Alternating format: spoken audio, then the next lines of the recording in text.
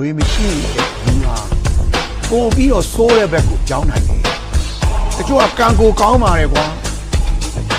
ကံကောင်းဖို့ကဘယ်လိုကောင်းမှာဟုတ်ကဲ့ပါဝိရှာကောင်းမှာဖြစ်တယ်ပတ်စံချမ်းသာရင်အန္တရာယ်များပါတယ်ကွာ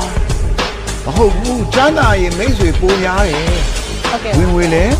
ပိုများပါတယ်ဘာဖြစ်လို့ပြောတယ်အချစ်ကိုဝင်နဲ့ဝယ်မရပါဘူးကွာ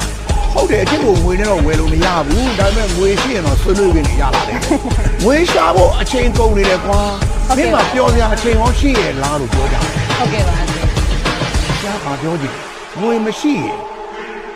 ပြောစရာအချိန်ရှိတယ်ပြောလို့မရဟုတ်ကဲ့ပါဒါနဲ့ဟောငွေချင်းတဲ့ပတ်သက်အဲ့ဒီလိုကောင်းတဲ့အမြင်တွေဆရာတို့ရှိလို့လိုပါတယ်